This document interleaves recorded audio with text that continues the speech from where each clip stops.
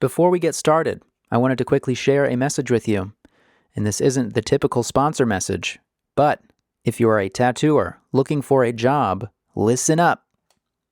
Tattooer Ben Viamontes, owner of Blacklist Tattoo Parlour in Albuquerque, New Mexico, is looking to hire some tattooers right now. We've all had a crazy year navigating through mandatory closings, openings, and even closings again for many tattoo artists. It's unlike any other time we have experienced ever. And Ben asked if I would put the line out to all the listeners of Books Closed to see who out there is waiting for their next move to present itself like a little Christmas miracle. Blacklist Tattoo Parlour has been open in Albuquerque since 2009, catering to a strong tattoo scene that has a military base and university in town. Cha-ching! Ben is offering generous percentages plus perks and is willing to help with relocation costs for the right candidates. And I can say I don't know if I've ever heard of that within tattooing, so that's pretty cool. This is a clean and professional environment that could be the setting for the next step in your career. So, tattooers, if you're looking for a job right now, head over to blacklist-tattoo.com and there's a contact form for you to inquire today. And if you want to stalk Ben before you decide that you want to work for him, check out his Instagram at Powsonero. That's at Powsonero. I'll include all those links in the show notes as well as all of the other specific information about the job opening that Ben had sent over to me. And if any of you listening have a message that you want to deliver to a large audience of tattooers and collectors, even if it's not the typical sponsored ad type of message, you can write to me at andrew@booksclosed.com to be part of a future episode. And now, here's the show.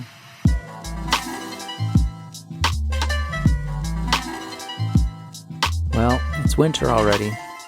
As I look out my window and see snow covering the ground, all I can think is what happened to the summer? What happened to the spring? What happened to this entire year?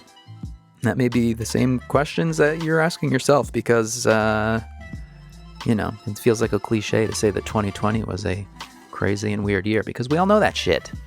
Alas, I wanted to share with you an episode that I recorded earlier this year, or maybe it was even the end of last year. I don't know when I recorded this, but it was going to be a part of an extra episode that I was going to do at the end of the last season of the show, and it just never happened, so I've been sitting on it since then, and here it is today. And what this episode is about is tattoo magazines. Remember those? I'm sure a lot of you have stacks of them or bookcases full of old magazines that you just can't get rid of, and you pull it out sometimes and look at the old ads in them and have a laugh and an old dose of nostalgia. And they're still tattoo magazines, but the more I look for them to see what's doing inside those covers, they just haven't really changed that much. And that may not be for the best. The biggest change I've seen is that there are many less than there used to be on newsstands. Not to mention there's many less newsstands than there used to be. It's a changing world. You are listening to a podcast about tattooing, which didn't exist when a lot of those magazines were in their heyday. So I wanted to talk to someone who writes for tattoo magazines to see what that's like. I've always wondered, where do these people come from? What are their credentials? And what kind of direction do they get to craft these articles? I know most magazines are about the pictures anyway, but there are words in them, and you can read them. There was a long period of time where magazines were the way to learn about conventions and artists and for artists to share their work. And it validated tattooers by appearing in the pages of those magazines and so on and so forth. So I'm not overlooking that. We're definitely going to just focus in on the state of the magazines today. So I talked to James Musker, who has written for a number of tattoo publications, some online, some print stuff. And it was very interesting to hear what his experiences were in the last magazine he wrote for, which is now defunct. We'll talk a little bit about that in this conversation. And just to get his view on the ever-changing landscape of tattoo publications.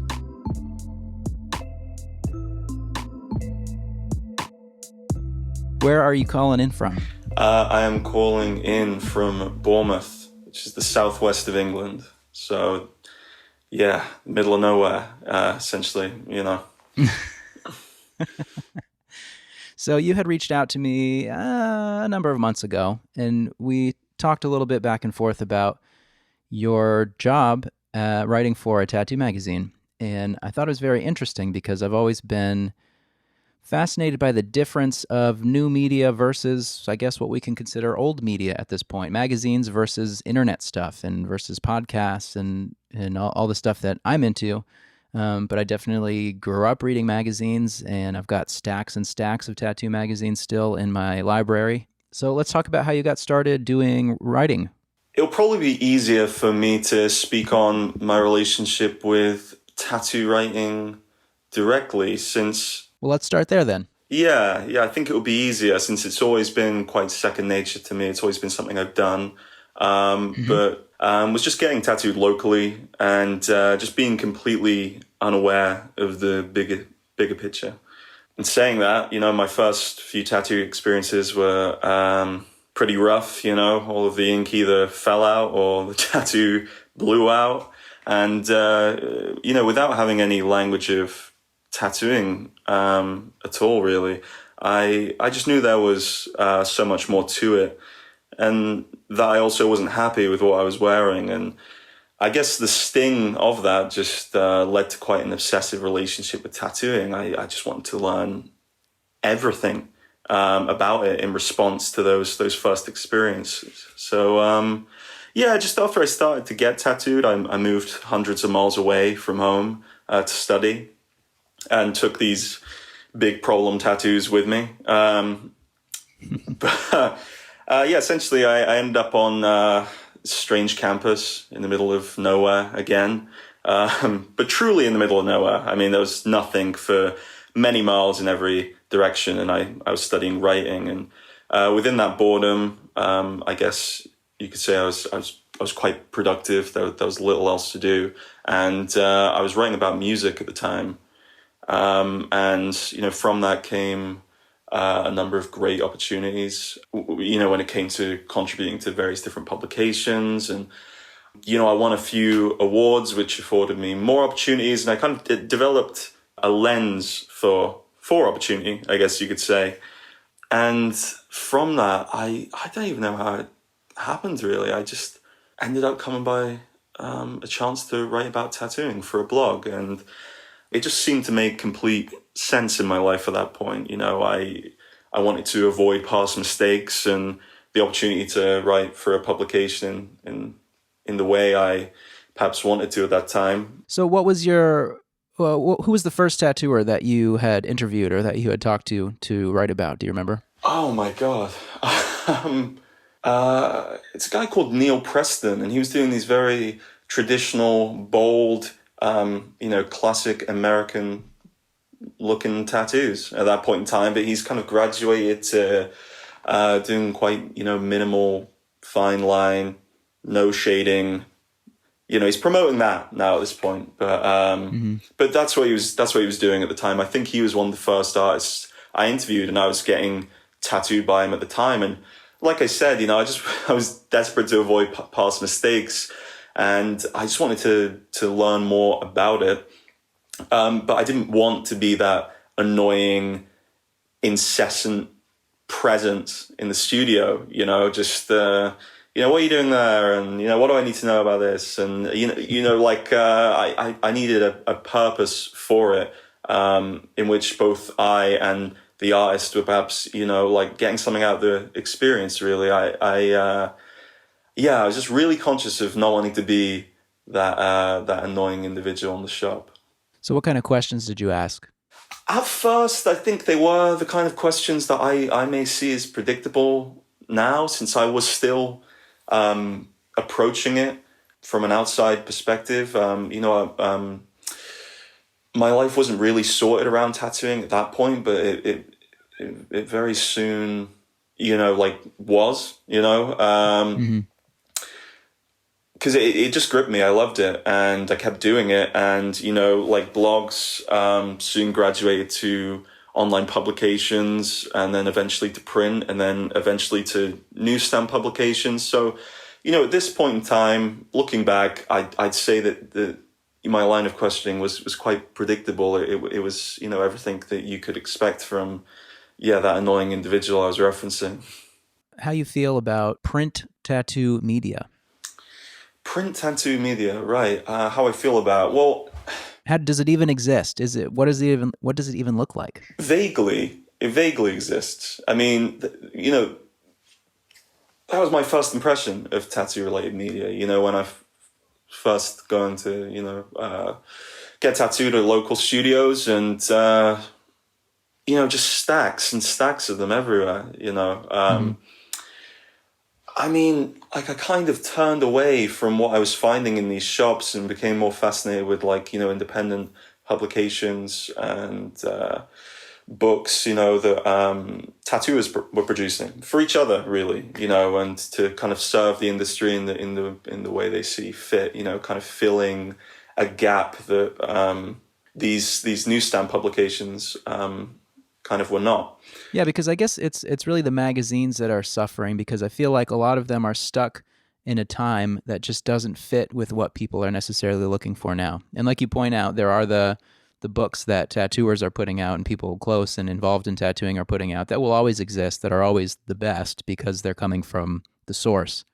Whereas it really feels like the magazines are an outsider's lens almost into tattooing. Yeah, that is very true. Yeah, no, I'd say that. And I'd say it's driven by, predominantly driven by people who enjoy an association with tattooing and what that might suggest about them personally. Yeah. Yeah, it's like the driving the convertible, but it's tattooing. Makes you look cool just to be part of it. Yeah, exactly. It's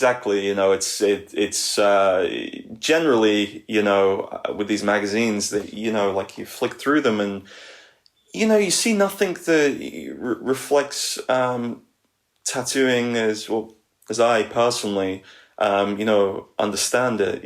There's so many artists who are kind of great, and you see none of them in that, and it feels kind of ridiculous, but in the same way that, there are still people who are walking around with tattoos that, they're disappointed with, they're ashamed by, and it's, that's a shame in a similar sense, because it's like, we're almost spoiled by talent now with so many people tattooing and so many of them being just fantastic. So how would you describe your experience in working for, I don't know if you want to say it by name, but the last magazine that you were writing for, what was the experience dealing with like the upper people in that? Were you limited, or did they give you a lot of freedom to explore things as you were interested in? Well, I mean, you mentioned, whether should mention names or whatever, but it's dead now. The publication's over, so I guess we're fine to name names. So working for Skin Deep, I mean, it was quite similar to all my other experiences, having worked with tattoo-related publications, in that I was given complete creative freedom from the start, and they didn't ask anything from me really when it came to, the nature of the writing or what they expected in that regard. It was more just down to me to kind of establish, how much consideration I wanted to, put into a piece, really, which is fantastic. At the same time, it's quite strange in that it felt that I was trying to introduce a side of tattooing that's completely unseen in the publication to it, because, it's a newsstand publication, and it's, whether a lot of artists who from England, based in England, whether they like it or not, that's often people's first introduction to tattooing, is just picking that up off the shelf and flicking through it. And, having worked for tattoo publications that were, made by tattooers and for tattooers, I felt it was more valuable at that point in time to perhaps introduce that kind of writing and those kind of artists to that publication specifically, because, it could possibly help fast track someone's relationship with it, like they may love something in future that they were never first introduced to via, these publications, like you open it up and you see just a tattoo, like it doesn't matter what it is, and it's just really impressive at first. And once you develop a bit more of a language of, what you like and why you like it, you kind of let go of that a bit. And I think that's everyone's relationship with tattooing. No one's born with the language of the craft that they end up developing. Really, everyone's green at one point.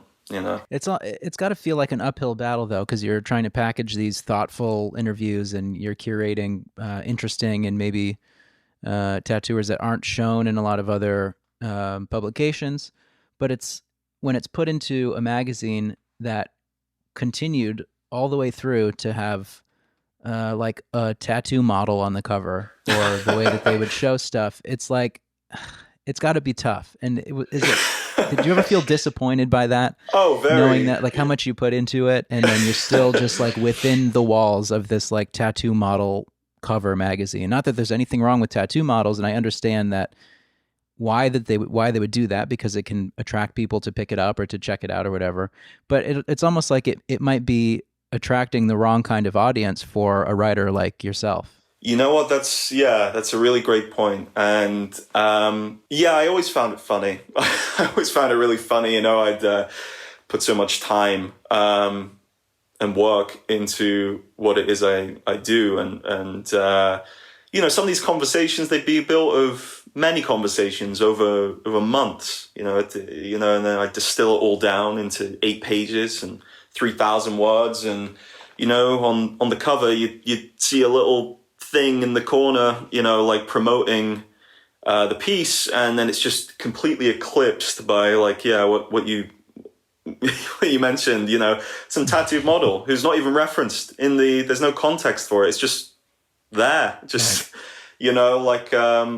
so it has little to do with anything that's featured inside. But my hopes for my relationship with that publication specifically were that I guess you mentioned it yourself, in that you kind of have kept the magazines and collected them. And I was hoping that maybe, the ambition of my features would lead people to do that, and their relationship with, a particular issue would be, oh, this is the one with the, the Damien Thorne interview in it, or, whoever, that's how I saw it, in the sense that it was an instant platform with, a well-established audience that's on newsstands. And I'd hope that people would archive them in a similar way that I did when it came to music-related magazines, which I grew up reading. I kept them in a similar way. This is the one with, X feature or Y feature, so that was my hope for it. But yeah, some of the uphill battles that you mentioned were that, it was really difficult to wrangle artists who are based in England into being featured. Sometimes I'd have finished interviews, conversations with them. They were complete, and both myself and the artist were, 100% on board. And when I was transitioning from working with one publication to Skin Deep, it was a bit of a battle, after we'd been through everything together for months, they'd want to bow out of the project. Because they didn't want to be in that magazine. They didn't want to be featured in that magazine. I completely understand why. I was not bitter about it, and I have no reason to be, anyway. I completely understood why, because, my own relationship with working for that publication, I had my own mission with it, that kind of with an aim to look past that reputation and maybe just offer an insight into how I see tattooing now, after having written about it for years and spending most of every day just completely obsessed and involved in it, Yeah.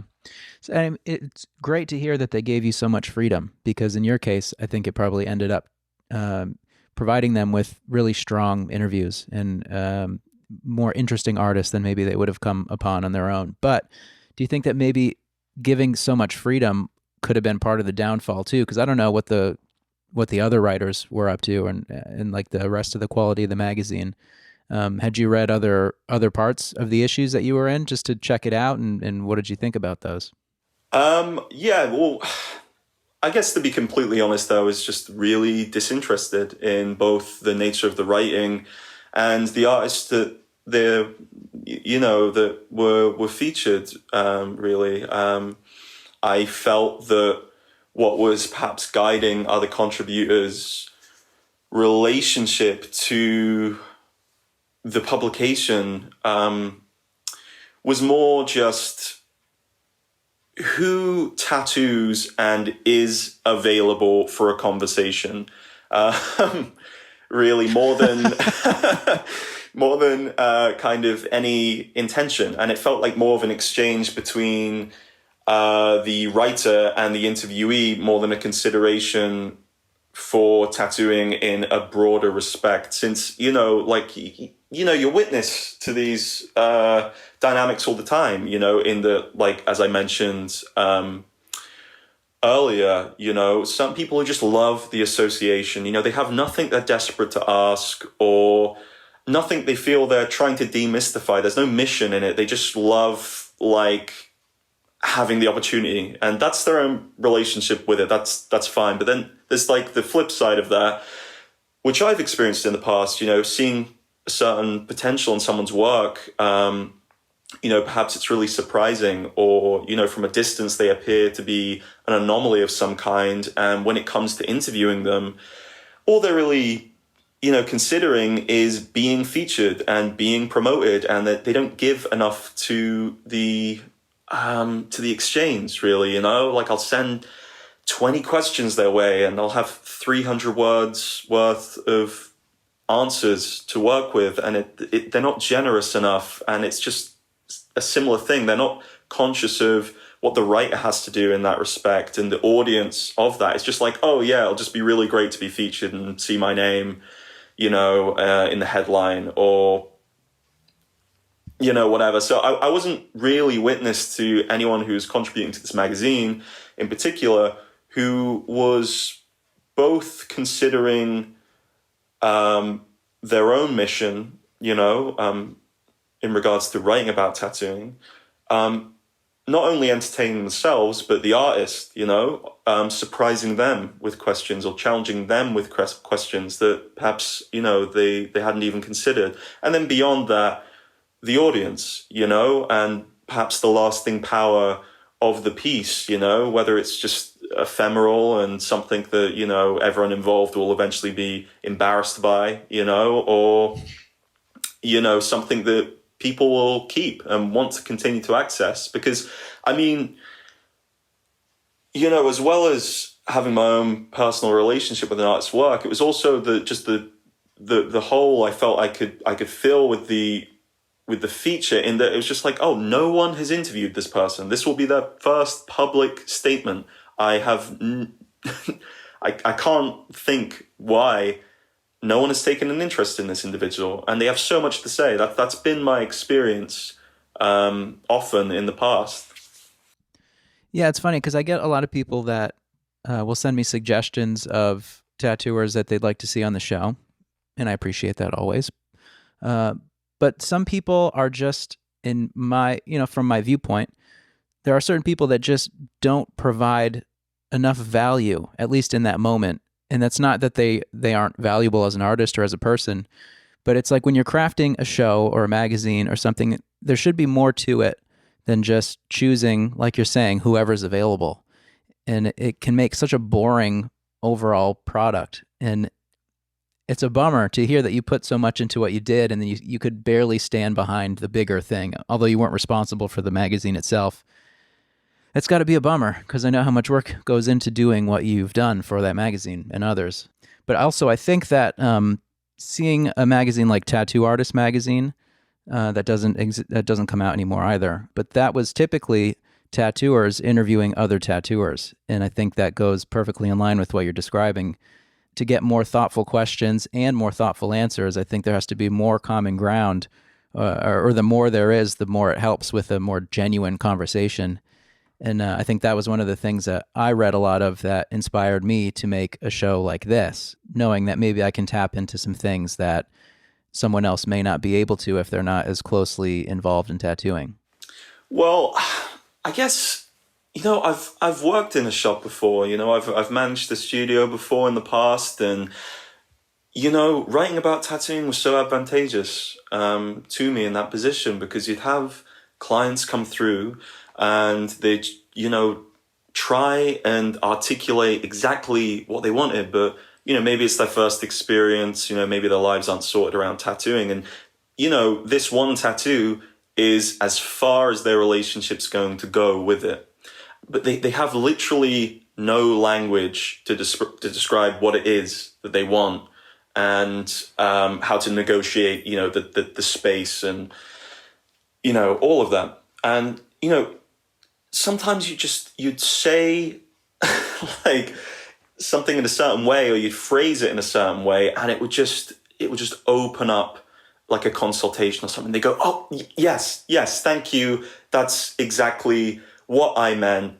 And, like, perfect. Right. And it kind of like develops this vocabulary of tattooing in a certain way. And I felt that, the way I would phrase the questions when they'd be sent off, they'd end up getting sent off to the editor to be published. I was kind of hoping that the way I phrased the questions would do the same thing. They were clear enough that it wouldn't just be like an outsider looking in and just thinking, oh, this is a conversation between two people who are very clearly passionate about what they each do. It's more, oh, right, so that's how you phrase that. Yes, that's exactly, yeah, okay, great. Like a light had possibly been switched on. That was my hope, really. Yeah. Because the final questions, they were never always the ones that were asked. Like when I mentioned that these conversations would be built of months of interviewing, I'd start off with a few, the answers would come back, questions would generate from those, and you'd end up herding an artist towards being more open and kind of meeting your demands of them for the piece. By the time we're done, it's like 30 questions have been asked, and you'd have to distill the answers and the questions down to like a very readable and easy to read and follow, piece, essentially, since you want it to be enjoyable for anyone to read, whether you're like, very invested in tattooing or not. You don't have to be obsessed with tattooing to appreciate magazines and podcasts or anything. If it's presented in that way, can definitely reach a lot further. What do you think would be the most effective medium for interviews like this? Do you still think that a written interview is the best representation of a conversation or answers of the questions that you typically like to ask? It can be. Yeah, for sure. Like, when it comes to my own process, I've mentioned that, it takes a long time to get the interview I'm happy to share, because I don't ever want to produce work that's ephemeral or has a particular timestamp on it. It's you want it to be important to anyone who finds it at any point in time. And even if that's only a handful of people, it's something that was important to me, and I hope would be equally as important to someone else. So, I guess I'd have to defend my medium and what I do personally, but in a broader sense, I'd say it's more conversations like this via podcasts. I think that suits the nature of like the world today, really, and how people just generally engage with media. It serves a world which begs everyone to multitask. Yeah, I'd be interested to see, as more and more of these big like pillars of the tattoo magazine world are disappearing, where are all these tat writers going to end up? Maybe you guys should band together and do a podcast, because I think that'd be pretty cool. Because I've been talking to a handful of writers from various tattoo magazines lately, and hearing about the process and hearing about your process, how thorough it is compared to what I do, which I feel like is not thorough at all, because it's usually just setting up the time to meet and then having the conversation on the spot, and then that's what people get. And I do some editing, but I never really change anything around. Sometimes I'll take out little slow bits or anything that's repetitive, but the editing I do isn't like reconstructing a narrative typically. And I'm really kind of drawn to taking more time with stuff in the future and maybe doing something that resembles a pre-interview and really going over things first. And it would probably make everyone more comfortable, because I feel like the beginning of most interviews I do tend to be a little slower, and then we ease into the conversation a bit. And to get past that whole thing not on the show is probably a better idea. Well, I mean, I'd say the irony of that particular pillar in Skin Deep collapsing, I mean, the same week I started my master's course in publishing and creative writing. So,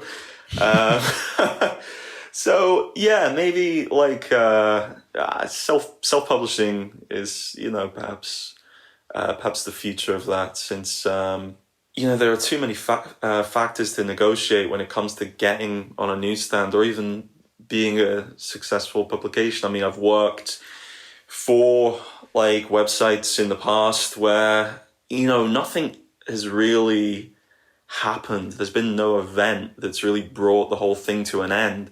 It's just slowed down because, whoever's at the helm of, whatever publication it is, they kind of just give up, in that they're like, well, I've sunk X amount of money into this and I'm not getting anything back. And I've interviewed everyone I've ever wanted to interview, and it's over now.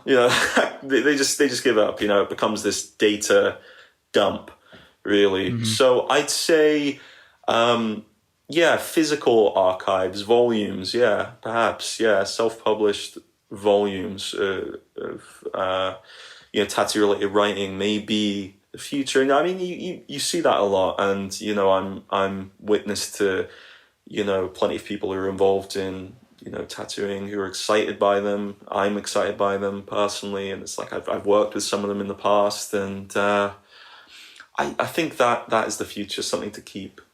And the real question is, when that time comes where you're putting out your own book, magazine, whatever form it ends up being in, will you put a tattoo model on the cover? Oh, dude, I'll be on the cover. Yeah, that'll be me. Perfect. I mean, who's to define what model is? We're all models if we get our picture taken. Yeah, exactly, man. It's funny thinking about that more, about just going to a bookstore. I mean, I think it was last year, I was curious of which of the tattoo magazines still were being put out. And so I went to a few stores that sold magazines, and they didn't have any tattoo magazines, but I had to go to like a proper bookstore, which there basically are not many of anymore either. And they have a massive newsstand, and it was Skin Deep and a couple like Tattoo Magazine and maybe one or two others. But they all kind of looked the same and all had that same kind of shit on the cover, and it just didn't change. In some sense, it had a little nostalgia to me, because it felt like the old, like it just picked up right where I left off from the last time that I was really paying attention to those magazines years previous. But that it's interesting to see that those magazines are failing when it's still kind of, they all look like gentlemen's magazines, like a Playboy or GQ. That's like, so it's got such a narrow like reach to a very specific type of audience, just like showing tattooing as this thing that's like for men.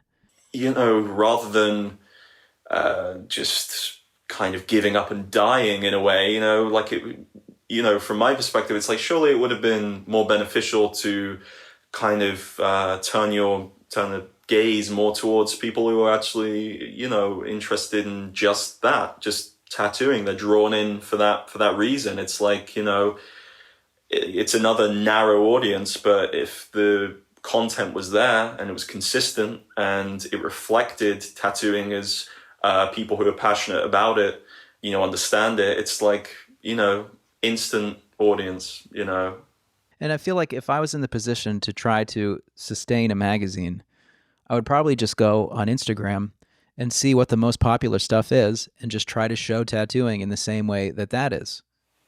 Yeah. I mean, you think. But then also it's just kind of redundant though. So to a point, if you're just emulating what's already out there for free, then maybe there isn't a point of these magazines anymore, at least not in the form that we know them as. Well, I guess so much of my life has been sorted around writing, and I started out as a published writer writing about music, and I kind of understood at that point that you need to be versatile. You can't just be betrayed by writing about one subject, or have your focus on this one facet of writing and feel betrayed by that and let down when it doesn't quite go right, because it hasn't. It's a very strange industry that's where most of the content is generated by individuals who are working for nothing, or sometimes even paying to work. When writing about tattooing, and in the way that I hope I do, I guess it comes from that commitment to what I do and just continuously doubling down on it, not wanting to stop writing or to give up writing or give up on writing because things aren't necessarily going my way. I mean, it's been quite surreal at times in that when I first started contributing to Skin Deep, I mean, I was, I was on my way to, work my job at a warehouse at 6 a.m, and I picked it up from a huge, supermarket. It was right there on the newsstand, and I just went straight from there to a fucking warehouse to, spend 12 hours decanting raw materials into tubs and sending them across the world, So I feel in my personal life, I keep doubling down on it. And so with that, continuously justify my position as a writer or someone who writes, Yeah. If that makes sense. I don't know. I kind of drifted off there. No, it makes sense to me. I also think that a lot of current tattooers, speaking of Insta-famous tattooers, these people with hundreds of thousands or million plus followers that do really striking work, and depending what it is, some people are critical of different styles or whatever. But I feel like I don't know anything about these tattooers that are probably considered the most famous or the most well-known as far as their work. I don't know anything about these people, and there really isn't a lot of opportunity for them to put themselves out there in that way unless they do it themselves. We see some tattooers that are very good at the social media game and putting themselves out in a way along with their work. But some people, you just see all their work and you don't know what they look like, you don't know anything. And in one sense, it's kind of cool because their work really speaks to, for itself. There's a lot of opportunity still for people to be interviewed and people to really, to dig into these people a little bit and figure out what's going on. And to me, there's a lot of secrecy and mysticism to these current tattooers because there's nothing out there. I guess I'd say what kind of drives my interest towards one tattooer or another is the fact that, those that I feel I interview are generally anomalies, and, tattooing is perhaps not even the most interesting thing about them. So I agree. That leads to a kind of generosity of spirit where we're not discussing how the tattoo is made, but just, everything around it, I mean, when you mentioned earlier about writing that's produced by tattooers for tattooers, sometimes the opportunities feel somewhat wasted in the, what could have been an insightful piece is muddied by, tech talk. And yeah, that tech talk is the worst. It's very dull, I feel, as a reader. I mean, I'm sure it's very useful to people who are seeking it out or interested in that specifically. But I mean, that's, even when it comes to being in a studio or whatever, it's only interesting to those people who are engaged in the conversation because they're both getting something out of it, because it's very specific, Everyone else, it's no one else is paying attention. It's like a private conversation that no one wants to listen to.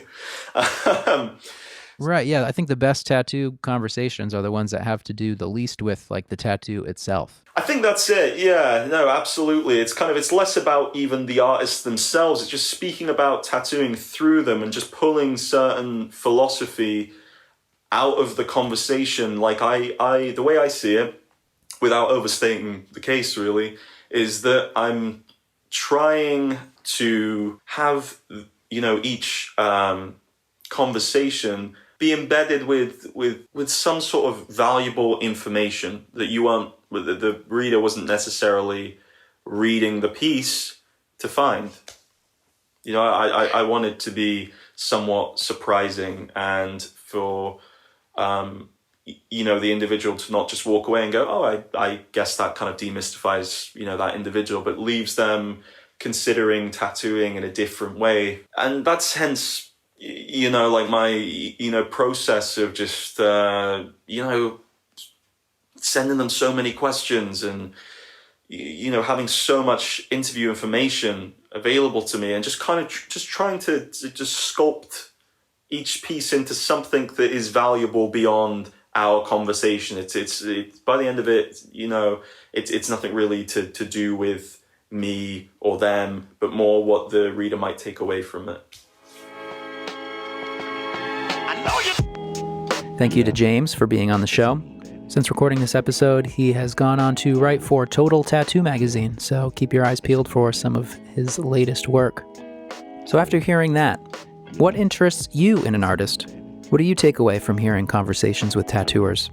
I always try to keep those questions in mind as I'm putting this show together. And I've realized that a lot of tattooers and collectors don't all get the chance to meet and get work from their favorite artists, or really a lot of different people.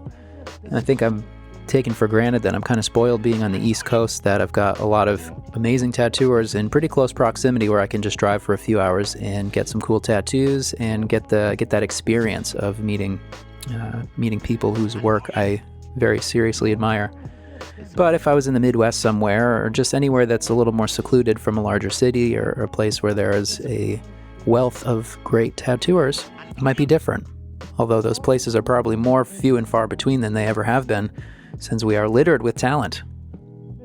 As tattooers, I think we all progress technically over time, but feeding our minds with different ideas and wisdom is what can really push us through those ups and those downs that we experience. So it can be endlessly valuable just to hear where someone's coming from that might be different than how you've ever looked at anything. So anyway, that's enough reflection. And I hope to bring more of those conversations to you very soon. This has been Books Closed. I'm Andrew Stortz. You can follow me on Instagram at Andrew Stortz, Stortz.